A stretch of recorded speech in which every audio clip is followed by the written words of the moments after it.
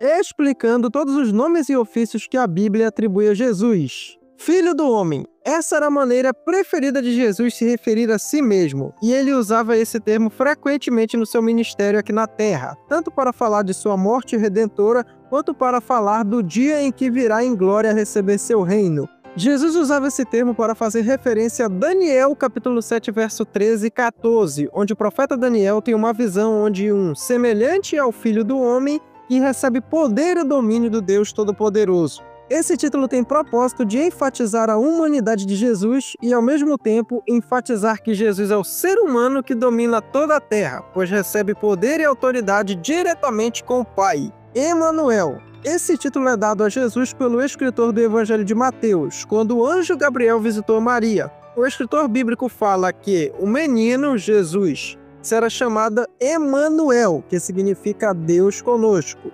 Ele diz que tudo era cumprimento do que disse o profeta. Mas de que profeta ele estava falando? Ele estava falando do profeta Isaías, que profetizou o nascimento de uma criança de uma virgem, e seu nome seria Emanuel, em hebraico significa Deus conosco. O evangelista viu o cumprimento dessa profecia em Jesus, o meio pelo qual Deus veio pessoalmente habitar conosco e se revelar a nós por meio de uma pessoa, Jesus. Verbo é a tradução da palavra grega logos, uma palavra importante para os gregos que pode significar várias coisas, como razão, discurso, palavra, pensamento, princípio, uma ordem divina que governa o universo e etc. Para o texto bíblico, ela tem o significado de palavra de Deus, seja o Antigo Testamento ou as palavras de Jesus, uma revelação. O apóstolo João aplica esse termo a Jesus para dizer que ele é a suprema revelação de Deus, que estava com Deus no princípio. Não apenas isso, essa suprema revelação era o Criador de todas as coisas e se fez carne e veio ao mundo para revelar a vontade do Pai. Pai da eternidade. Esse título vem de Isaías 9, verso 6, onde o profeta fala sobre o futuro Messias que virá estabelecer seu reino. Ele reinará no trono de Davi. Esse reino jamais terá fim, é eterno, e o Messias será como um pai para todos os seus súditos. Por isso, o Messias será o Pai eterno ou Pai da eternidade. O poder foi entregue a Jesus, conforme o escritor de Mateus escreveu. Jesus disse: "Todo o poder me foi dado nos céus e na terra." Príncipe da Paz. Ele vem da mesma ocasião do título anterior, a profecia do profeta Isaías sobre o futuro Messias que viria estabelecer seu reino. O profeta atribuiu ao Messias o título de Príncipe da Paz, o que indica que quando viesse, seria um rei que traria paz. O apóstolo Paulo fala que essa paz veio por meio de Jesus Cristo, pois através dele a parede de separação que havia entre judeus e gentios foi quebrada, unindo ambos os povos em Cristo. Alfa e Ômega. Alfa e Ômega são os nomes da primeira e a última letra do alfabeto grego. A língua grega era a língua universal na época de Jesus. Essa expressão atribui a Jesus a existência eterna, ou seja, ele é o início, ele é o fim. Toda a história surgiu dele e se consumará nele.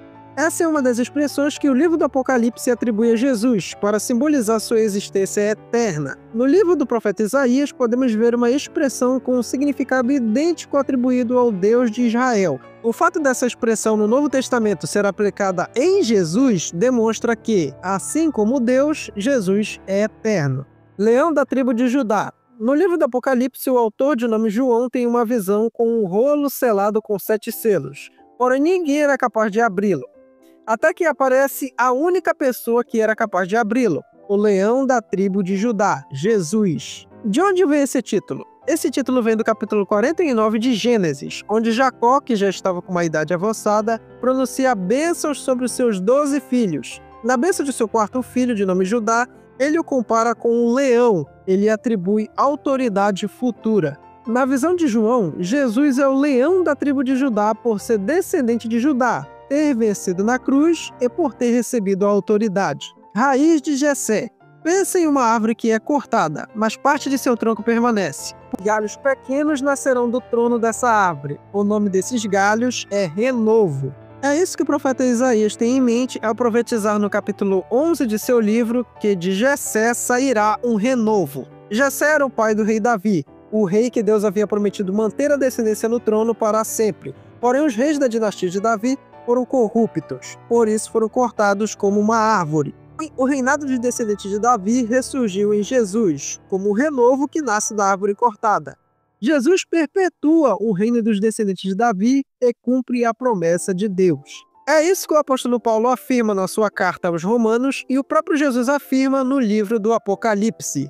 Filho de Davi. Na Bíblia, o termo filho pode ganhar de descendente, em muitos casos. O Messias esperado de Israel teria como uma das principais características ser descendente do rei Davi.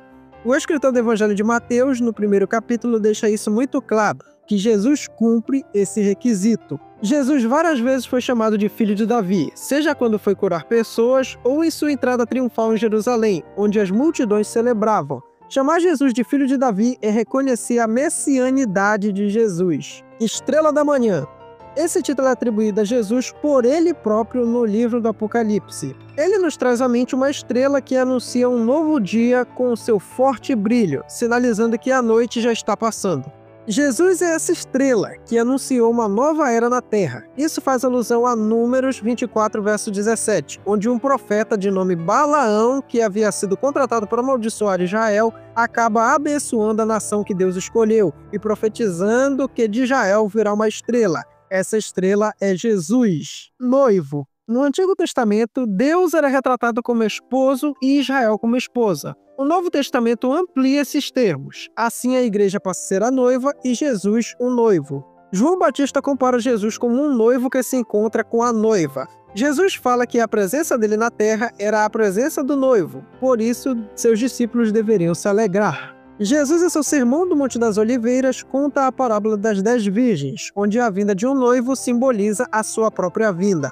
Paulo, na carta aos Efésios, compara o relacionamento do esposo e esposa cristãos com o relacionamento de Cristo com sua igreja. No 19 de Apocalipse, fala sobre uma festa de casamento chamada de Bodas do Cordeiro, onde os santos celebrarão com Cristo na sua vinda em glória. Cabeça da igreja. Esse termo é usado por Paulo nas cartas aos Efésios e aos Colossenses. Jesus, aquele que está à direita de Deus e é superior a toda potestade, principado e poder terreno, é o cabeça da igreja, e a igreja é o seu corpo aqui na terra. Paulo quer mostrar que a igreja, por seu corpo, é a que recebe vida, coerência e missão da cabeça que é Cristo. E é através de sua igreja que vemos Cristo agir. Bom pastor. Jesus, no Evangelho de João, capítulo 10, se identifica como o verdadeiro pastor, o bom pastor, aquele que verdadeiramente foi escolhido para guiar todos aqueles que crerem nele, sejam gentios ou judeus. Ele conhece suas ovelhas e suas ovelhas o conhecem. O bom pastor Jesus está em contraste com os maus pastores que vieram antes de Jesus. Eles eram mercenários que se aproveitaram das ovelhas. Porém, Jesus é o bom pastor que dá sua vida pelas ovelhas. Tudo isso reflete Ezequiel 34, onde Deus condena os antigos pastores de Israel por serem infiéis e aproveitadores. Fala que levantaria um só pastor que cuidaria de seu povo. Esse pastor é Jesus. Fiel e verdadeiro. Esses termos são atribuídos a Jesus no capítulo 19 de Apocalipse, onde Jesus vem montado em um cavalo branco para derrotar a besta, o falso profeta e todo o sistema do mundo que se opõe a Deus, e salvar os seus seguidores da perseguição. Ele é fiel porque cumpre suas promessas de derrotar o mal e salvar o seu povo do sofrimento, como prometeu no Apocalipse de João, e cumpre no capítulo 19. Ele é verdadeiro em contraste com a besta e os falsos profetas, dos capítulos 13 a 18 do Apocalipse, que dominam o mundo por meio do engano.